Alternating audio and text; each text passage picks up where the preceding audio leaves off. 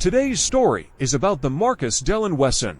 Wesson founded and controlled a personal pseudo-Christian sect that heavily diverged in theology from most of mainstream Christianity, namely that he believed that Jesus Christ was a vampire deity and that he was God himself. The entirety of his congregation composed of his family members, especially his bio daughters, stepdaughters, and nieces. Much of the doctrine Wesson taught in his homemade church revolved around grooming the daughters, stepdaughters, and nieces into intercourse with him. And he fathered several children with them. Something that also should be noted is that Wesson was captivated by David Koresh and the Waco incident of 1993. More specifically, he found common ground with Koresh's polygamous practices and decided that they both were on a divine duty to spread their seeds. After the daughters he conceived with the nieces, daughters, and stepdaughters grew of an age to his liking, usually about 7 or 8. They would be sexually abused and used to birth other children. And the pattern rinsed and repeated on a frequent basis for several years. As such, some of the children in his fold were his daughters, granddaughters, and grandnieces all in one. Wesson also forbid the girls from interacting with their brothers, male cousins, and mothers. His male and female children were both treated as servants, and were forced to clean his dreadlocks and scratch his armpits and head when they became adults. He cannibalized their wages. He kept his family in line with physical violence.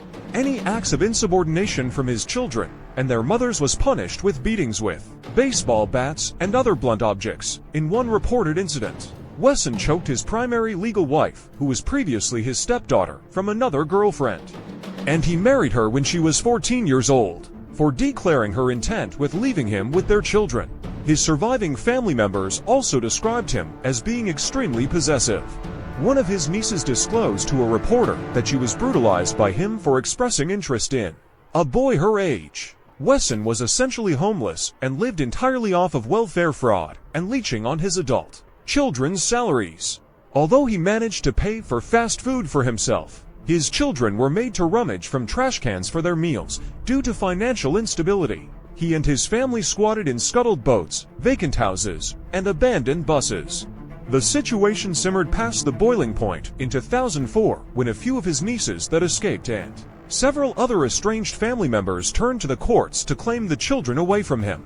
During a standoff with police, Wesson coerced one of his older daughter wives, 25-year-old Sabrina, into shooting 8 of the other children and herself. The second eldest victim was another daughter wife, 17-year-old Elizabeth, and the youngest were to 1-year-old daughters and a 1-year-old son. Although Wesson tried to proclaim innocence by citing the lack of gunpowder residue on his hands, testimony of forcing suicide pacts from surviving family members damned him. A year after the massacre, Wesson was sentenced to death on June 27, 2005 by California court for 9 counts of first-degree murder and 14 sex crimes, including the rape and molestation of his underage daughters.